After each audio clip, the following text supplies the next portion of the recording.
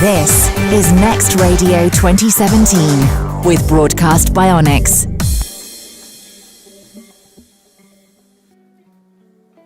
I wanted to escape from my cell, but with a massive door in front of me, bars on my windows and razor wire on the fence, the only way I was going to do it was in my head. Before prison, I hadn't read since school, too busy making money and doing all the bad stuff that landed me inside. But reading books in my cell, I felt like I could squeeze between the bars and float away to a jungle, or to the middle of the ocean stuck on a life raft with a tiger, or be out on the streets investigating the mysterious death of a friend. But then I'd look beyond the pages and see that stupid sink moulded to the wall next to the toilet, the flickering light, and my blue plastic plate like, damn, I'm still here. When I got released, I knew that if I was gonna stay out, I needed a wholesale change in my lifestyle and approach to the world. I had to move on to a place where I felt positive and full of energy for work, family, and the people I love. It was hard, but support with the troubles in my life came from an unexpected avenue. There were books about prison, books about bereavement, books by people who had fixed up their own lives, books about every personal problem under the sun that spoke to me in an expert and experienced way. The fictional stories and factual knowledge I was reading made me feel crispy and powerful. Reading made my mind feel razor sharp, from knowing the history of the streets I walked down, all the way to helping me sleep at night. I felt employable, I felt interesting and attractive to the people I wanted to be around. Better conversations, more positive opportunities, and more knowledge of myself. Going straight is complicated. It's different for each of us. Reading's not a one-stop answer for the whole spaghetti junction of problems like housing, addiction, employment, and difficult relationships. But for me, it was like the protein in my belly for a march in the right direction.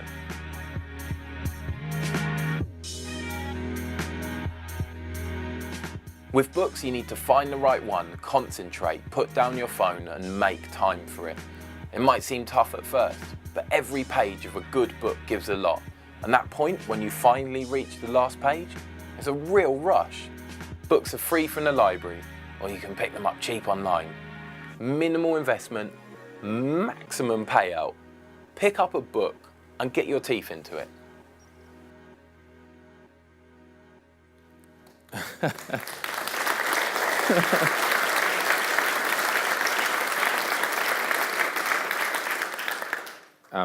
So as you might have guessed, I'm Carl from the t-shirt, and I'm the original hot felon. Check out my mugshot. I don't know where my modelling career has gone, but anyway. Here's a picture of me on the landing of HMP Pentonville. It's 10 minutes up the road from here, and it's a prison that resembles a war zone in the middle of a posh North London suburb. Since I was released, I've done a lot of broadcast. I've done BBC Radio 1, 2, 3, 4, 5, and 6. But most proudly, I've done a lot of national prison radio. I'm also a published author. This book, HMP A Survival Guide. It's like a lonely planet for British jails. Will Self described it as essential reading. In fact, he used polysyllabic words from the 17th century, but essential reading is the basic translation. Anyway, big up Will. I've got copies here. It's £4, it's 28 pages, and 100% it will radically change your understanding of British prisons. I'm a radio fanatic also. My insomniac dad listened to World Service all night, while my insomniac teenage self listened to pirate radio all night. During my time behind bars, radio was my best friend. NPR, that stands for National Prison Radio, is a big deal behind bars. A record 85,000 people are currently in prison, and 81,000 of them have access to NPR. 72% of prisoners listen regularly, and the average listening time is nearly 12 hours per week. Prison feels like a desperate desert island, and radio lets you know humanity is still out there for you. Put it like this, PRA received 6,500 letters last year, all handwritten. So, what I'm going to tell you about is that NPR has run a lot of social action campaigns, but by far the most successful is about reading. Prison Radio Association, National Literacy Trust, and the Booker Prize Foundation work together to deliver Books Unlocked.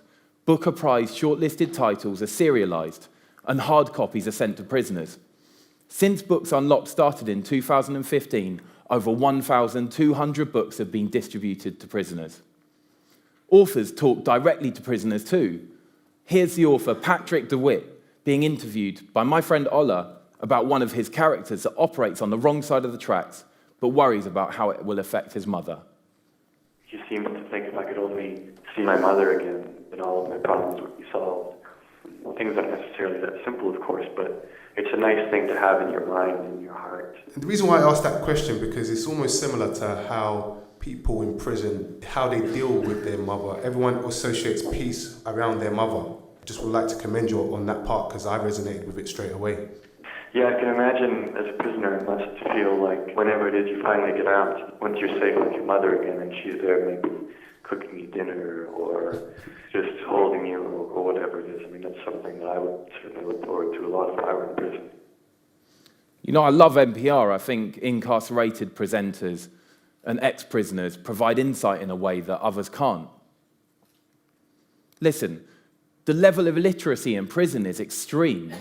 This kind of complicated graph shows that 50% of inmates have a reading age below 11 years old.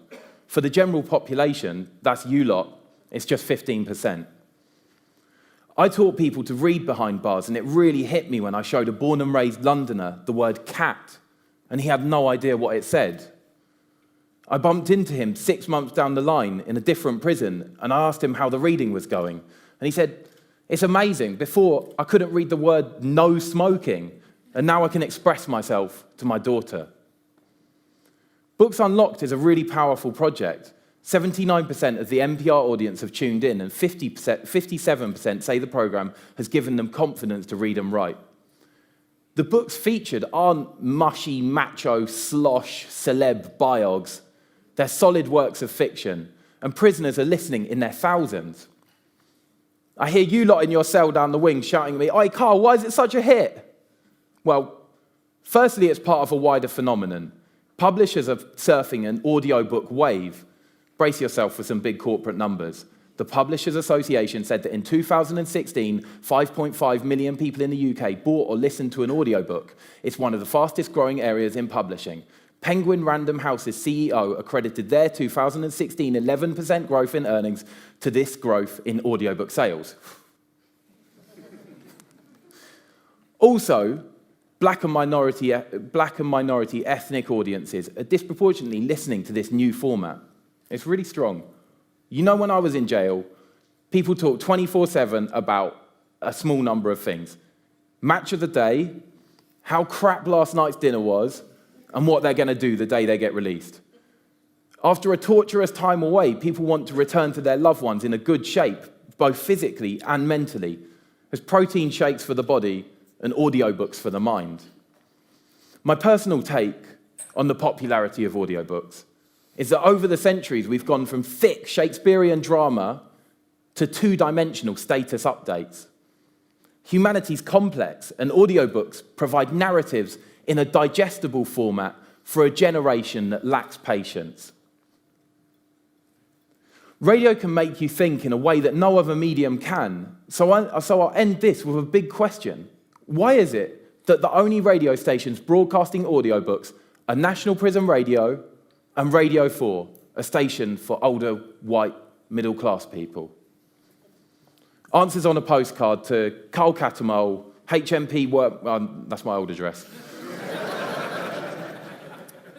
My email's on the inlay of this book. Come and talk to me at the break. Thank you.